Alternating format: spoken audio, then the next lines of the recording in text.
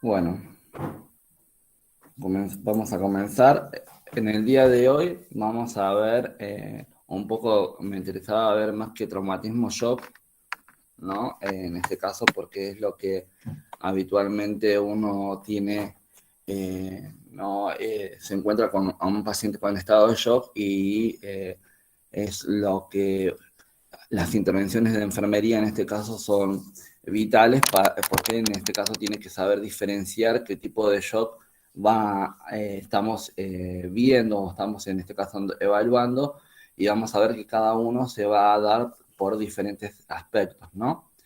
Y en este caso me dice que me da la definición de lo que es un shock y me dice que es un conjunto de signos y síntomas, ¿no? Que me dice, se va a dar por la falta, en este caso, de provisión de oxígeno. O sea, el oxígeno, en este caso, que está siendo incorporado al cuerpo, es insuficiente. Y vamos a ver, en este caso, vamos a tratar de detectar qué es lo que está fallando. Puede llegar a ser que esté fallando el sistema respiratorio, puede llegar a ser que esté fallando el sistema cardiovascular o puede llegar a ser que esté fallando en este caso el sistema inmunológico, ¿no? Entonces me dice, en este caso el oxígeno es insuficiente para, en este caso, satisfacer las demandas metabólicas de oxígeno. Recuerden que cuando hablamos de demandas metabólicas de oxígeno, estamos hablando en este caso de las necesidades que tiene cada una de nuestras células de oxígeno para poder llevar a cabo lo que era la respiración celular. De hecho, dijimos que la función del aparato respiratorio era esa, incorporar las moléculas de oxígeno en cantidad suficiente para poder satisfacer la demanda metabólica de cada una de las células de ese oxígeno. Si no, esto no sucediera, el paciente o la persona o el individuo en este caso entraría en una hipoxemia, ¿no? Y con todas las consecuencias que la hipoxemia me puede llegar a estar dando. Y entonces me dice que se va a producir un déficit, en este caso del aporte circulatorio, y un déficit en cuanto al oxígeno, y va a haber una mala utilización, en este caso, celular a partir de estas moléculas de oxígeno, ¿no? En donde me dice, puede llegar a estar dado por una hipotensión arterial, ¿no? Cuando me dice, nosotros tenemos, en este caso, una hipotensión, sabemos que la hipotensión puede estar dada por el bajo volumen de sangre que está circulando dentro de nuestro cuerpo o por una vasodilatación que se pueda haber generado a nivel arterial. Entonces, esta hipotensión, ¿no? Me va a dar un insuficiente aporte, en este caso, de oxígeno, ¿no? Y me dice, también puede estar dado por una hipoperfusión, ¿no? Una hipoperfusión tisular. ¿Qué significa esto? Que no está llegando, por algún problema en el aparato circulatorio, no está llegando la cantidad de sangre suficiente para perfundir de forma adecuada ese tejido al cual tiene que llegar oxígeno. Si no llega sangre, no llega oxígeno, porque recordemos que la sangre me dice, es el elemento de transporte de esa molécula de oxígeno. Si no tuviésemos la sangre, no se podría transportar estas moléculas de oxígeno mediante uno de esos componentes que recordemos que eran los eritrocitos o los glóbulos rojos y dentro de ellos íbamos a encontrar a la hemoglobina. Entonces vamos a tener que verificar varios aspectos para ver por qué no está llegando, en este caso, esa cantidad de oxígeno a cada una de las células. Y me dice que esta hipoperfusión, ¿no? En este caso, hipotensión que se puede llegar a dar, esta hipoxia que se va a determinar por estas dos causales, me pueden determinar una falla multiorgánica. ¿Por qué me dice que se va a dar una falla multiorgánica? Porque nosotros sabemos que cada uno de nuestros órganos que componen cada uno de los aparatos y sistemas necesitan ser perfundidos, necesitan, en este caso, que le llegue sangre para que le llegue nada más, no solamente nutrientes, sino también moléculas de oxígeno. Y si no le está llegando, en este caso, la cantidad de oxígeno necesaria entra, como dijimos, en hipoxia y empiezan a disfuncionar, ¿no? Y entonces me dice, no es que va a estar disfuncionando un solo aparato o sistema o un solo órgano, sino van a ser varios, ¿no? Por eso se llama falla multiorgánica, porque me está diciendo varios órganos de varios aparatos o sistemas pueden entrar en falla en forma simultánea, generando la falla multiorgánica y la muerte del paciente, ¿no? Entonces, me dice, fíjense en todas las consecuencias que me puede llegar a traer la mala entrega de estas moléculas de oxígeno. Entonces tenemos el primer tipo de shock, que es el shock hipovolémico, y ya la palabra me está haciendo referencia, me dice, hay un descenso de la volemia, hay una hipovolemia, ¿no? Me dice, o que la volemia es insuficiente. Cuando hablamos de volemia estamos hablando de volumen de sangre. Recuerden que nosotros dijimos que en este caso una volemia normal sería, en este caso, aproximadamente de promedio 6 litros, ¿no? En total. Me dice, y que dentro eso le vamos a agarrar y lo vamos a calcular con el gasto cardíaco, que decíamos que en el gasto cardíaco el corazón me tenía que hacer circular, me decía, entre 4 y 8 litros de sangre, ¿no? En un minuto por todo nuestro cuerpo. Y entonces me dice, la hipovolemia va a ser la disminución del volumen vascular, me dice que va a estar dado por, en primer lugar, pérdidas, que me dice cualquier pérdida puede llegar a estar siendo, podemos identificar las pérdidas como una hemorragia, ¿no? En donde el paciente está perdiendo volumen de sangre, ya sea una hemorragia interna o una hemorragia externa. Puede ser pérdidas de líquido, ¿no? Como por ejemplo un paciente gran quemado, ¿no? Ustedes saben, el paciente gran quemado, en este caso dijimos que cuando pierde, en este caso, estructura la piel, esto favorece que haya una evaporación de los líquidos corporales y haya pérdida de esos líquidos corporales y empieza a reducirse el volumen de sangre. ¿Por qué? Porque me dice, uno de los componentes de la sangre es el plasma y me decía, en este caso, el plasma está constituido en un 95% por agua. Entonces es fácil de evaporarse después, ¿no? Entonces me dice, esta disminución de este volumen va a estar dado por pérdida, ¿no? O acumulación de líquido en el tercer espacio, ¿no? Que me dice que me estaría refiriendo de que ese líquido puede llegar a acumularse en el espacio intersticial, ¿no? O en la zona peritoneal. A eso se lo va a denominar tercer espacio. Por eso nosotros vamos a ver, en este caso, que el paciente me va a presentar edemas, pero puede llegar a ser de que esté hipotenso, ¿no? ¿Por qué? Porque en este caso la presencia de edema puede estar determinada por la disminución, dijimos, de una proteína de la sangre, que era la albúmina, que en este caso, tenía una función de regulador oncótico, ¿no? Y que decía que cuando disminuía, no solamente me indicaba el nivel nutricional del paciente, sino también me regulaba de que los líquidos corporales estén en su lugar, ¿no? El líquido endovascular esté dentro del aparato cardiovascular, el líquido intracelular dentro de la célula y el que tiene que estar en el espacio intersticial va a estar en este espacio intersticial, pero me dice no es tan abundante. En cambio, cuando hay pérdidas, ¿no? Porque hay descenso de la albúmina, va a haber, en este caso, fuga, vamos a decir, de agua del endovascular, o sea, de las arterias y de las venas, hacia el espacio intersticial.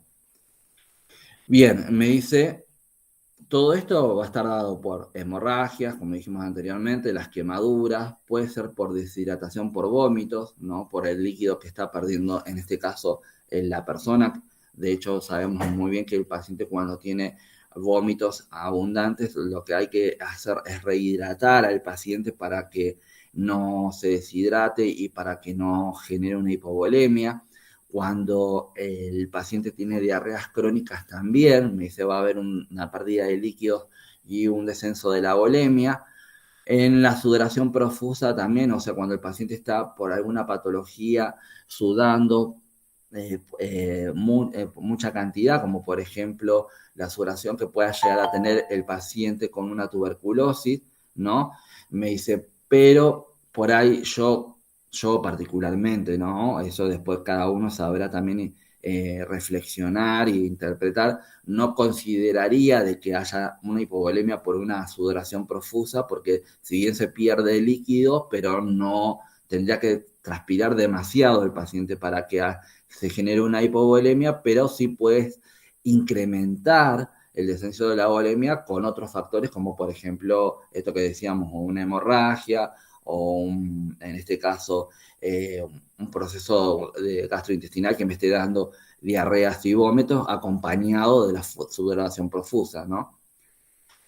Me dice, también puede llegar generarse el shock hipovolémico por la falta de ingesta, ¿no? En la falta de ingesta de líquidos, en este caso, ¿no? Nosotros sabemos que incorporamos agua a nuestro cuerpo a partir de el consumo de los líquidos, ¿no?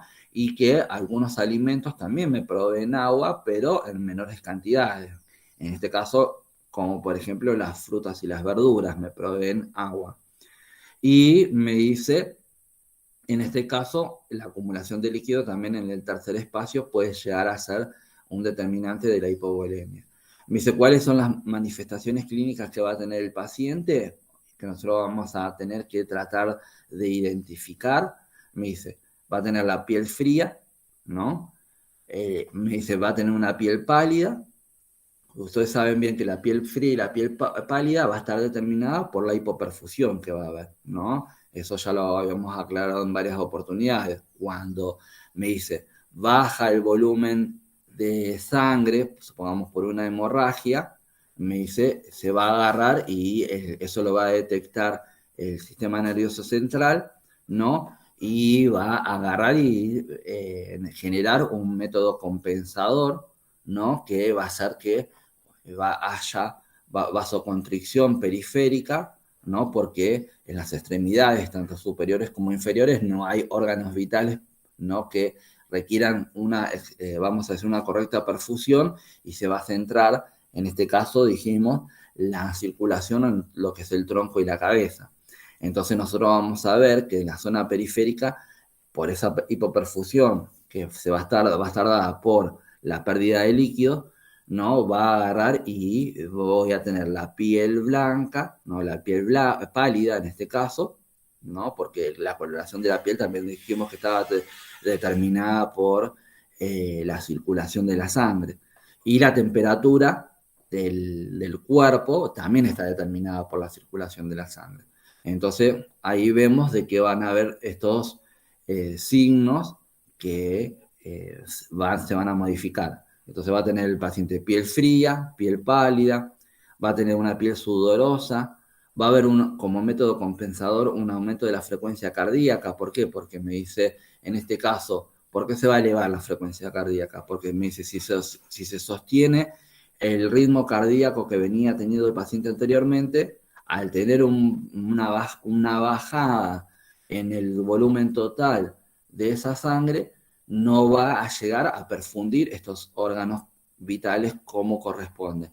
Entonces, tiene que viabilizar esa poca cantidad de sangre, ¿no? Y lo va a hacer aumentando el ritmo cardíaco, haciendo que circule más rápido para poder proveer más rápido esas pocas moléculas de oxígeno que van a estar dando vuelta, porque me dice, perdí sangre, perdí volumen, perdí eritrocitos, estoy perdiendo hematocritos, se me está descendiendo el hematocrito, estoy perdiendo hemoglobina, ¿no? Y me dice, tengo que viabilizar la poca cantidad de transporte que me está quedando de esas moléculas de oxígeno. Me dice, va a aparecer el signo de pliegue. El signo de pliegue, recuerden que es cuando nosotros le tomamos la piel al paciente, mayormente esto se hace al geronte, ¿no? Para ver si, o al paciente que ingresa con una deshidratación severa, para ver si está deshidratado o no, en donde le tomamos un pedacito de piel con nuestros dedos, lo estiramos, ¿no? Es como que le hacemos como un pellizco hacia arriba, y si el paciente está deshidratado, la pielcita va a quedar arrugada, ¿no? Y después, con el tiempo, se va a ir tomando nuevamente su lugar específico. Si el paciente está bien hidratado, apenas nosotros soltamos ese pedazo de piel que tomamos con nuestras manos, vuelve a la normalidad, ¿no? A eso se lo llama signo de pliegue. El paciente va a estar oligúrico. ¿Por qué va a estar oligúrico? Por exactamente lo mismo. Al descender el volumen de sangre, lo detecta en este caso el sistema nervioso central, y el sistema nervioso central va a estimular la liberación, en este caso de la hormona antidiurética. ¿Para qué? Para que el riñón deje de filtrar, en este caso, volumen de agua, ¿no? Entonces, me dice, va a descender la función o el filtrado glomerular y no se va a generar tanta orina. ¿Qué características va a tener en este caso? En la orina va a ser de poco volumen, ¿no? Por eso me dice va a estar oligúrico, pero dentro de las características macroscópicas, como ya lo sabemos en este caso valorar, vamos a ver de que la orina va a estar oscura, ¿no? En este caso va a estar concentrada, va a estar con una densidad alta, ¿no? ¿Por qué? Porque en poco volumen de agua que va a sacar el riñón, va a continuar sacando todas esas sustancias de desecho y yo voy a tener una orina, ¿no? Muy concentrada, en donde va a estar enriquecida con un montón de solutos que antes venían más diluidos porque sacaban más cantidad de agua. Bien, vamos a tener sequedad de la mucosa, y me dice, vamos a tener un relleno capilar mayor a 2 segundos. Recuerden, el relleno capilar, ¿cómo lo medíamos? Lo medíamos de la siguiente manera. Agarramos los Apretando dedos. la uña, ¿no es? Sí, Y muy se ve bien. cuánto Oh, tiempo claro. tardan en Exacto, llenarse el exacto. color, más la coloración. Exacto, tomábamos las uñas de los pacientes, puede ser de las uñas del pie o puede ser las uñas de las manos. Vamos a ver que la uña característica, su característica normal es de que es de color rosadito, ¿no? Entonces yo agarro, comprimo, aprieto esa uña y se me va a volver color blanquecina. Se me vuelve blanquecina porque yo estoy ahí evitando de que, con la compresión, de que haya una perfusión ahí en esa zona. Entonces, cuando yo libero la compresión, o sea, suelto el dedo, inmediatamente la circulación tiene que volver a la zona y tiene que cambiar de color rápidamente. Por eso a mí, si tarda más de 12 segundos en cambiar esa coloración, es porque ya tenemos netamente un problema de perfusión, ¿no? Y me está en este caso, demostrando eso, de que la circulación está más enlentecida o que hay una hipoperfusión de la zona. Esos serían, en este caso, los signos característicos del shock hipovolémico. Después vamos a tener otro tipo de shock, que es el cardiogénico. Acá no nos está hablando de la volemia del paciente, sino nos está hablando específicamente del funcionamiento del corazón, ¿no? Y entonces me dice, ese corazón está dejando de funcionar o está teniendo una falla miocárdica que puede ser intrínseca, ¿no? Que me está diciendo puede llegar a ser un problema dentro de la estructura cardíaca, o puede estar siendo causada por, supongamos, un infarto agudo de miocardio, ¿no? ¿Por qué? Porque me dice, ¿qué pasaba con el infarto agudo de miocardio?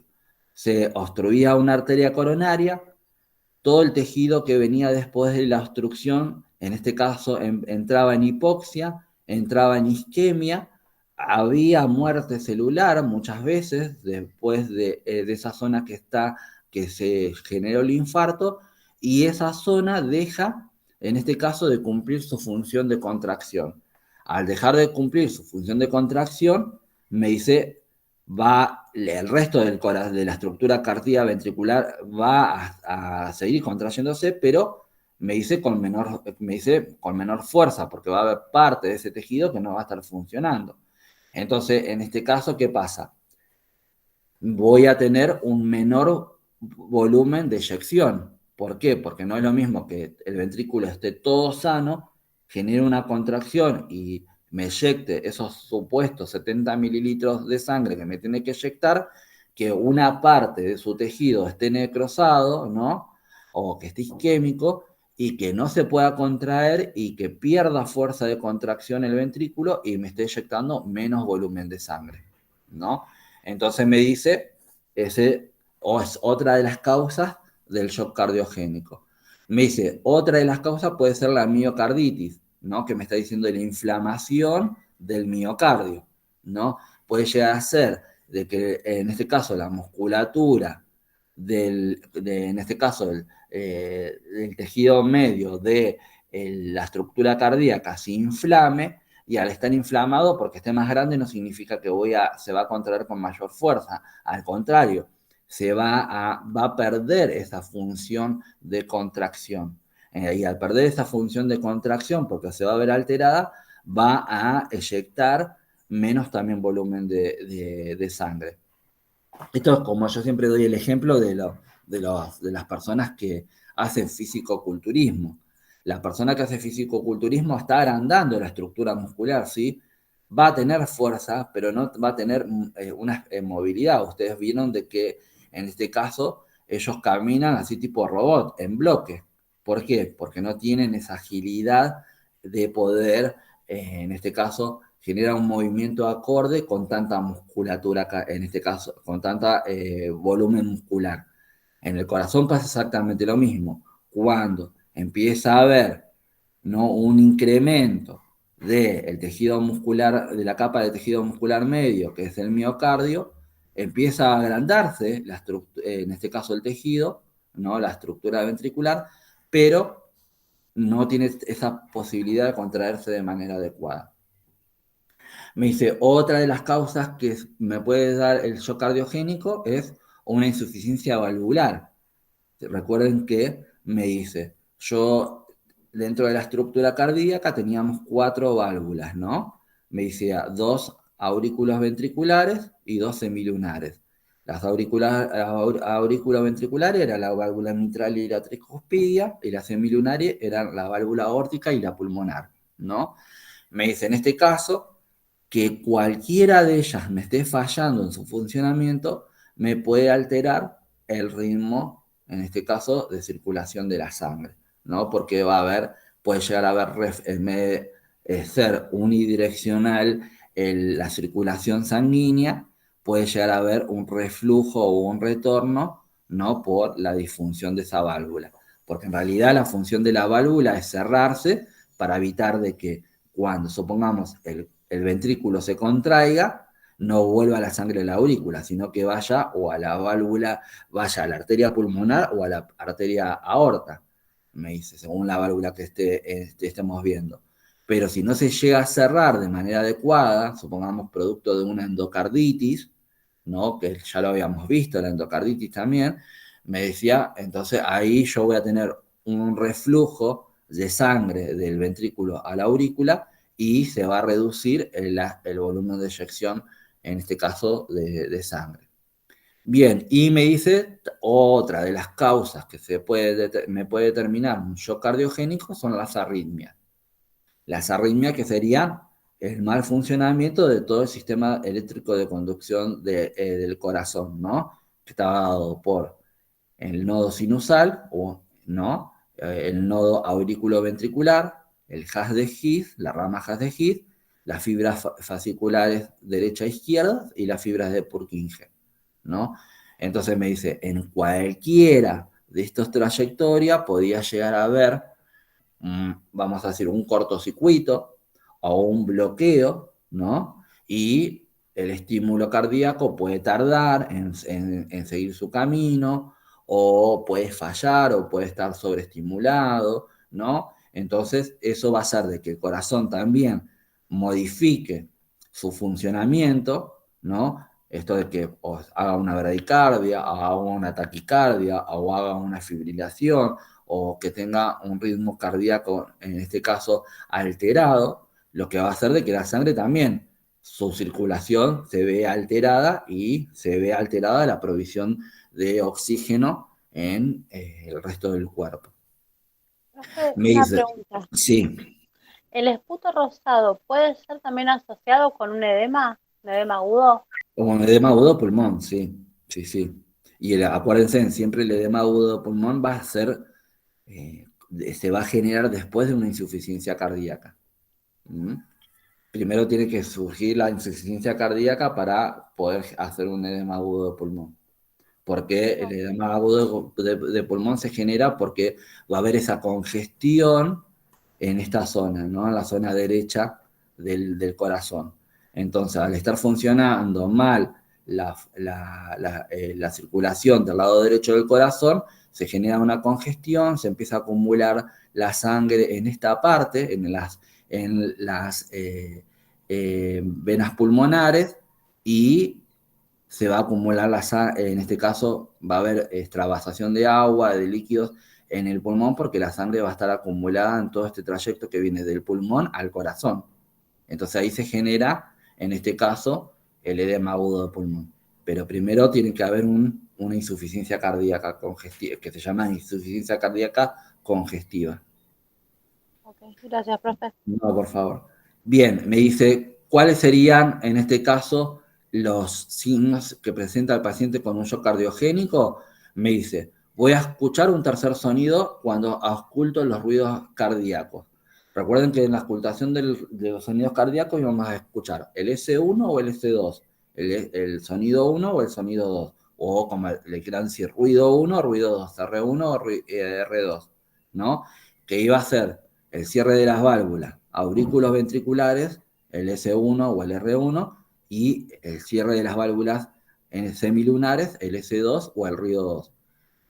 No hay otros sonidos para escuchar, pero dijimos que cuando hay un problema valvular íbamos a escuchar un tercer sonido que era el sonido de soplo, que era como si fuese el sonido que se me va a generar cuando el ventrículo entra en contracción y hay un reflujo de sangre a través de la válvula hacia la aurícula.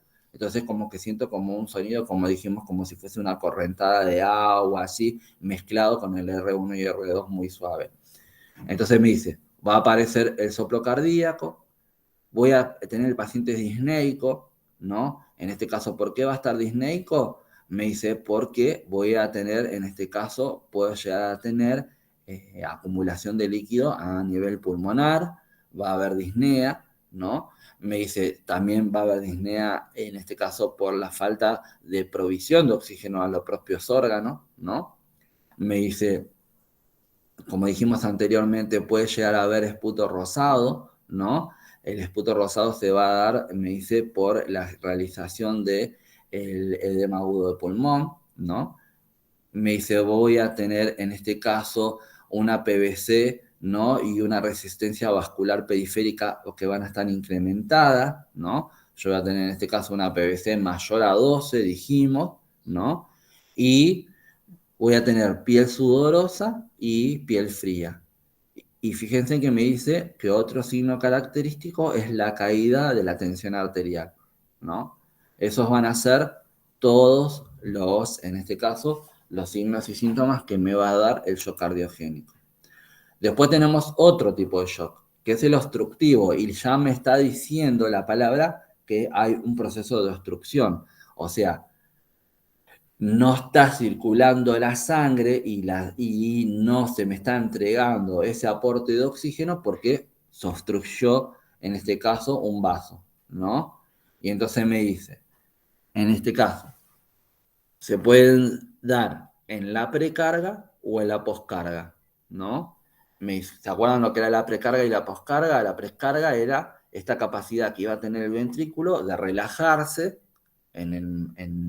para poder llenarse de sangre, de esa sangre que le va a eyectar la aurícula hacia el ventrículo, y me dice, cuanto más relajado esté, mejor precarga va a tener. Ahora, puede llegar a ser de que esa relajación se vea alterada por algo, y me dice, y si no se relaja el ventrículo de manera adecuada, va a recibir menos volumen de sangre. Entonces me dice, ahí vamos a tener una precarga alterada. La poscarga era lo que seguía, que era la contracción del ventrículo. ¿Para qué? Para poder eyectar ese volumen de sangre a la circulación, tanto sea mayor o menor, según el ventrículo que nosotros estaríamos en este caso evaluando. Me dice, pero si ese ventrículo no se llega a contraer de manera suficiente o de manera adecuada, me dice, estaría eyectando menos volumen de sangre. Por eso me dice, en el caso del eh, shock obstructivo, se puede dar en tanto la precarga como la poscarga, me dice, a causa de un fallo miocárdico extrínseco, ¿no? Algo que me esté afectando lo que sería el funcionamiento cardíaco, ¿no? Como un tromboembolismo pulmonar masivo, me dice. O sea, me dice, acá me vieron que la circulación menor me viene la sangre del pulmón hacia el corazón. Me dice, yo puedo llegar a hacer de que tenga un taponamiento, que se genere un taponamiento, ¿no? Con un trombo, como vemos acá en esta figura, ¿no? Esos trombos que están continuamente viajando en nuestros aparatos circulatorios que se van generando, ¿no? Y que por ahí puede ya hacer de que me obstruyan alguna arteria, alguna arteriola, algún capilar arterial y me genere las consecuencias por la obstrucción, ¿no? Me dice también se puede dar por un taponamiento cardíaco, me dice por una neumotoras a tensión, ¿no? Porque cuando se genera una motora a tensión, me dice no, la sangre, no va a haber intercambio de gases a nivel de los alvéolos y los capilares, ¿no? Me dice también puede deberse a una hernia diafragmática o a la ventilación mecánica. Me dice cuáles son las manifestaciones clínicas que va a tener el paciente. Me dice, yo voy a escuchar al paciente y no voy a escuchar ningún sonido, ¿no? En este caso, los sonidos respiratorios, ¿no? Me dice, aparece un silencio auscultatorio, ¿no? Me dice, aparece, en este caso, ingurgitación yugular, o sea, bien, se van a ver en este caso las venas yugulares vamos a ser sobresaltadas. El paciente va a tener, en este caso, taquicardia, ¿no? Va para tratar de compensar la falla. Dice, vamos a tener también una disminución de los ruidos cardíacos. Ya no se van a escuchar estos latidos cardíacos, vamos a decir, con un sonido elevado, sino que van a empezar a disminuirse el sonido. Dice, y vamos a tener en este caso una presión venosa central y una resistencia vascular periférica también que van a estar incrementadas, como el anterior, como el cardiogénico. Y después tenemos por último el shock distributivo, ¿no? El shock distributivo me dice que se lo denomina vasogénico, ¿no? Y me dice que va a estar dado por la vasodilatación excesiva que puede llegar a generarse por un shock séptico, por una sepsis, por una anafilaxis o por un resultado de un dolor extremo, ¿no? Por eso me dice, el shock distributivo me dice puede ser séptico, ¿no? Que me dice en este caso, me dice el shock séptico se va a dar cuando tenemos un proceso infeccioso que me va a, se me va a generalizar.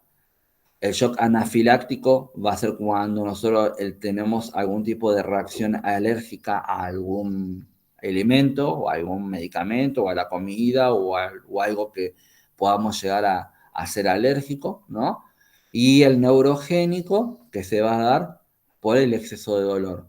Vieron que cuando una persona está muy dolorida tiende a entrar en shock y supongamos desmayarse, ¿no? Bien. Me dice, todos estos causan vasodilatación y aumento de la permeabilidad vascular. Y me dice, en el shock neurogénico, me dice, hay una pérdida del tono simpático. Me dice, ya sea que se dé por un trauma vertebromedular, una sobredosis o un envenenamiento.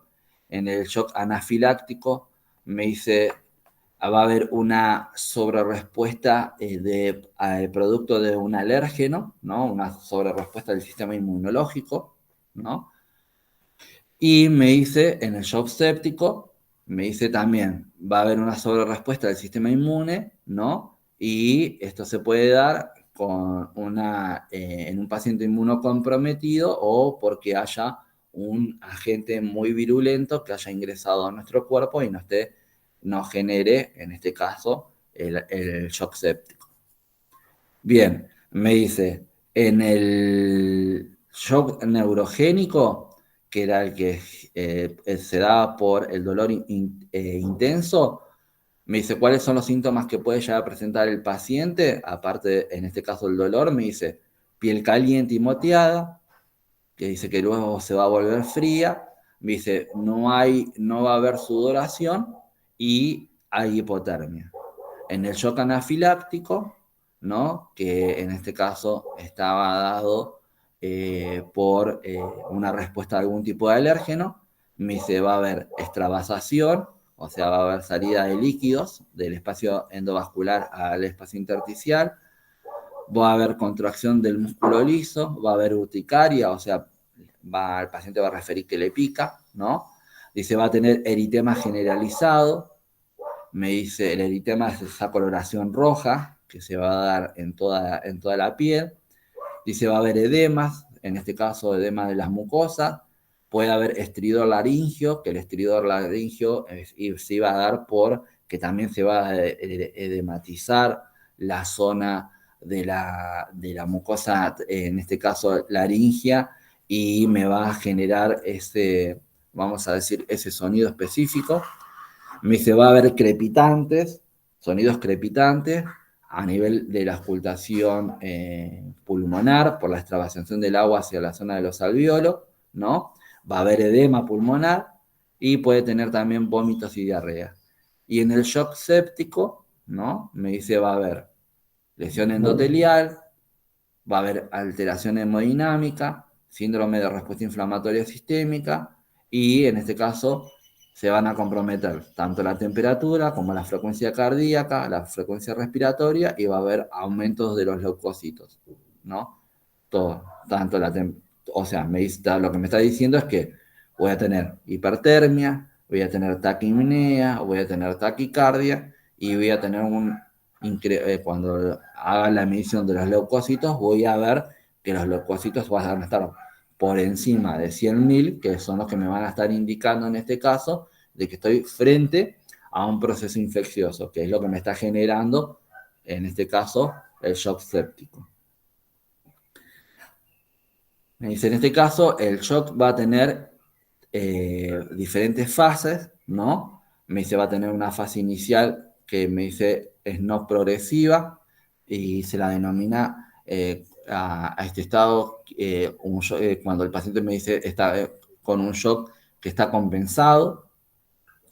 Va a tener una fase progresiva que va a ser cuando el shock está descompensado, ¿no? Y después va a tener una fase irreversible. Y me dice, en la fase inicial o no progresiva, me dice mayormente el paciente no tiene toda la sintomatología que tiene que tener, sino que puede ya tener uno o dos signos característicos o síntomas, ¿no? Y me dice, el que habitualmente se da es la taquicardia.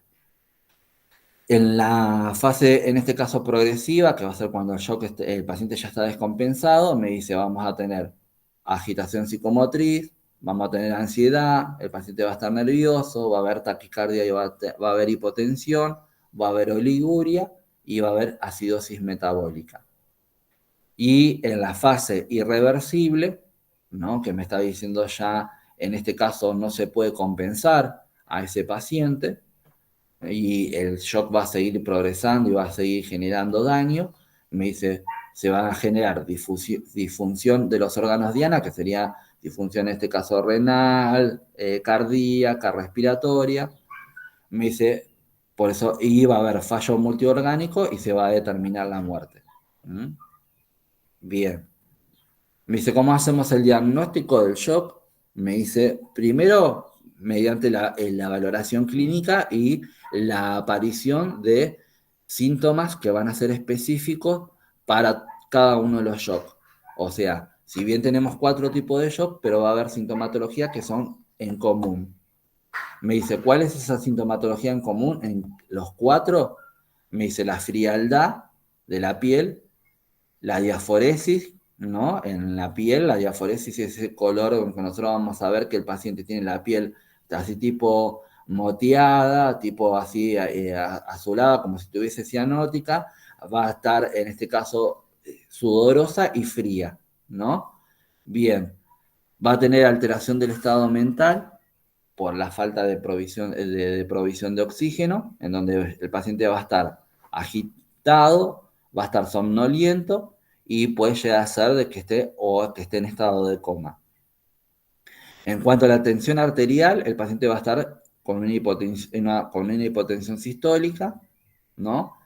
Me dice, va a estar taquicárdico porque se va a tratar de compensar, en este caso, la hipovolemia y la hipotensión, ¿no?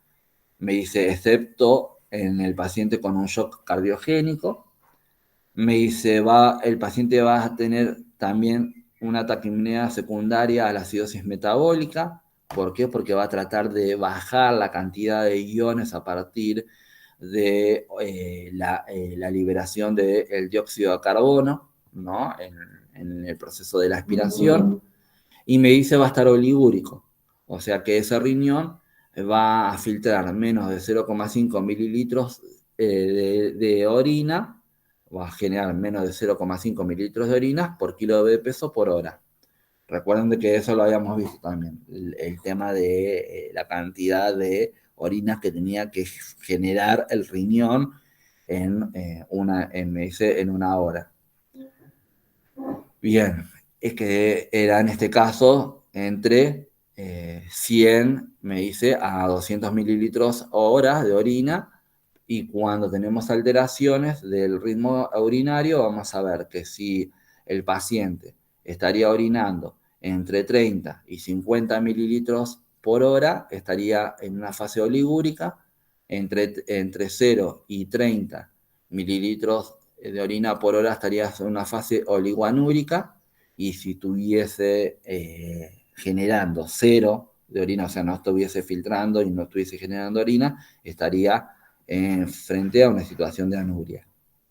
Bien, y me dice que en esa valoración, para poder hacer el diagnóstico de que el paciente está frente a un tipo de shock, deben presentar al menos 4 o 5 de estos síntomas, de esta sintomatología que vimos recién, ¿no? Supongamos que diga, tiene alteración del estado mental, tiene hipotensión, tiene taquicardia, tiene taquipnea y está oligúrico.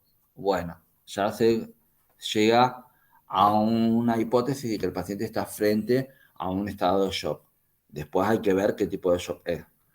Me dice, en el shock hipovolémico va a tener toda esta sintomatología que nosotros vimos recién, más hematemesis, ¿no? Que en este caso es el vómito con sangre, ¿no? Va a tener melenas, que serían las deposiciones con sangre, va a tener vómitos, va a tener diarrea y dolor abdominal. En el shock cardiogénico va a tener toda esta sintomatología más dolor torácico, disnea o palpitaciones. En el obstructivo va a tener toda esta sintomatología más, dice, tonos cardíacos apagados o ausentes, ingurgitación yugular, silencio auscultatorio pulmonar y enfisema subcutáneo, en este caso por la presencia de alguna motora. Y en el distributivo va a tener toda esta sintomatología en común, más hipertermia causada de shock secundario a sepsis y lesiones dérmicas en el caso del shock anafiláctico. Eso sería la sintomatología, ¿no?, que puede llegar a presentar un paciente que esté en shock. Por eso decíamos, teníamos que identificar qué tipo de shock tiene y ver, en este caso, la sintomatología que va a presentar, que puede llegar a ser la sintomatología común más algunos agregados que son específicas de cada uno de esos tipos de shock. ¿Cómo se hace el diagnóstico? También me dice por las pruebas de laboratorio, en donde se va a controlar el hematocrito, se va a controlar los factores de la coagulación, se van a controlar si hay marcadores de sepsis, se va a controlar el ácido láctico y la troponina, ¿no? En este caso, para ver si hay algún tipo de alteración.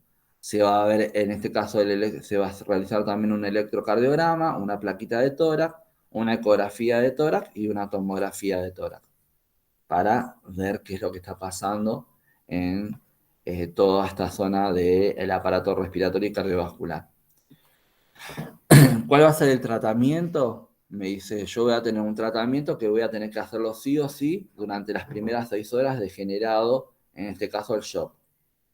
Y me dice, en este caso también, el tratamiento va a ser, voy a tener vamos a hacer un tratamiento en general, ¿no?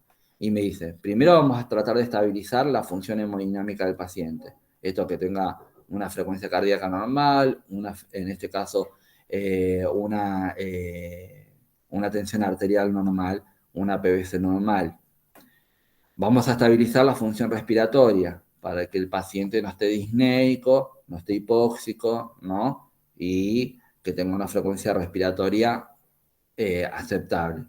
Vamos a estabilizar la función renal, porque lo tenemos que sacar de la fase oligúrica, ¿no? Bien, entonces se va a ver en este caso a ver cuáles serían el tratamiento más adecuado, si expansión, si en este caso estimuladores del filtrado glomerular o lo que sea en ese momento, o quizás llegar hasta una diálisis. Me dice, vamos a corregir la causa que me está generando el shock, vamos a poner al paciente en decúbito supino o en posición de Trendelenburg para mejorar la tensión arterial. Me dice, vamos en este caso a colocar 2 vías periféricas y una central, porque me dice en este caso yo tengo que tener la mayor cantidad de accesos venosos como un buen diámetro de acceso para poder expandir al paciente de manera adecuada, porque convengamos que me está diciendo estoy teniendo mucha pérdida de líquidos, ¿no? Entonces me dice, bueno, lo tengo que hidratar y tengo que recuperar en este caso la hipovolemia.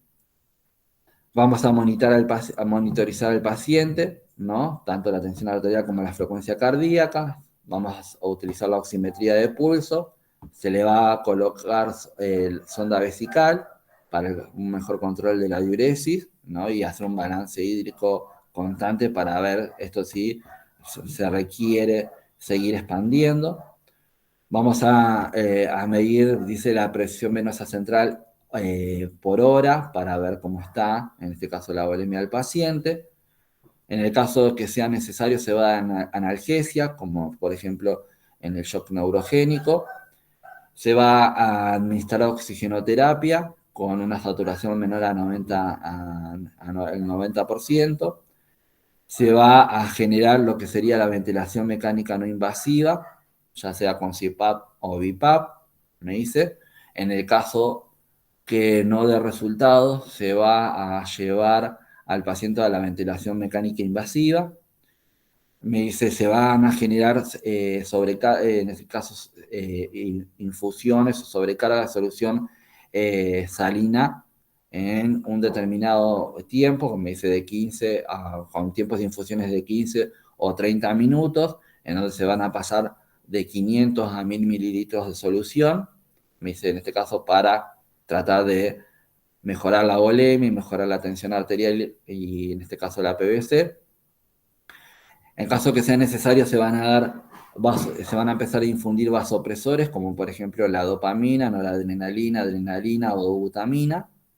Y si el paciente, la gasometría arterial me está demostrando que el paciente está, en este caso, con una acidosis, se le va a pasar bicarbonato de sodio para tratar de inactivar esa acidez que está teniendo esa sangre por estar el pH muy bajo. Fíjense que me está diciendo con un pH menor a 720.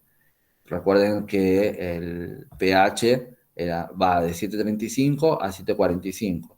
Ya 720 me está indicando que el paciente está muy ácido, ¿no? Está con una acidosis muy importante. Bien, en el caso del shock anafiláctico, aparte de generar todo este tipo de tratamiento, según lo que requiera el paciente, se va a dar adrenalina subcutánea, ¿no? Y después se va a pasar a la adrenalina endovenosa por bomba, con goteo por bomba, obviamente, antihistamínicos y corticosteroides, para, me dice, como manera preventiva o forma preventiva para que no vuelva a generarse, vamos a hacer la reacción.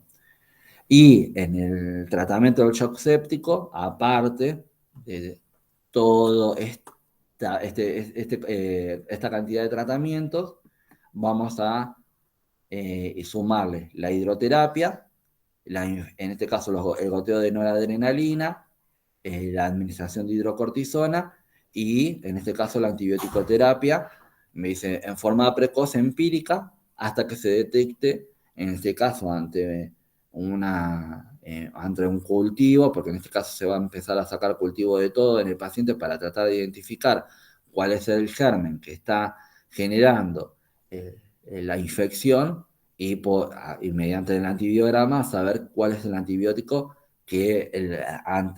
por el cual ese germen va a ser susceptible y que lo vamos a poder matar. Pero hasta que eso tenga resultados, yo tengo que empezar en un tratamiento de antibióticos en forma empírica para empezar a combatir, vamos a decir, que me dé algún tipo de resultado. Me dice, en este caso se puede pasar banco, piperactazobactam, ¿no? O tobramacina, que son, en este caso, antibióticos, ustedes saben, de amplio espectro y que son los que habitualmente matan a la mayoría de los gérmenes. Bueno, creo que acá terminamos, sí. Bueno. ¿Tienen alguna preguntita para hacer con respecto a este repasito de los diferentes tipos de shock? No son tan difíciles, hay que agarrar y entender cuál es la dinámica, ¿no? Y la dinámica me la va a dar, en este caso, cada uno vamos a hacer de la nomenclatura con la cual está clasificado. Ya me está diciendo qué es lo que está pasando. Entonces uno tiene que nada más que interpretar lo que me está diciendo y saber qué es lo que puede llegar a pasar dentro del organismo del paciente. Bueno.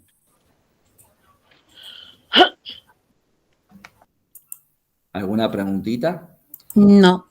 ¿No? No, No, profe. no, Bueno, profesor, yo gracias.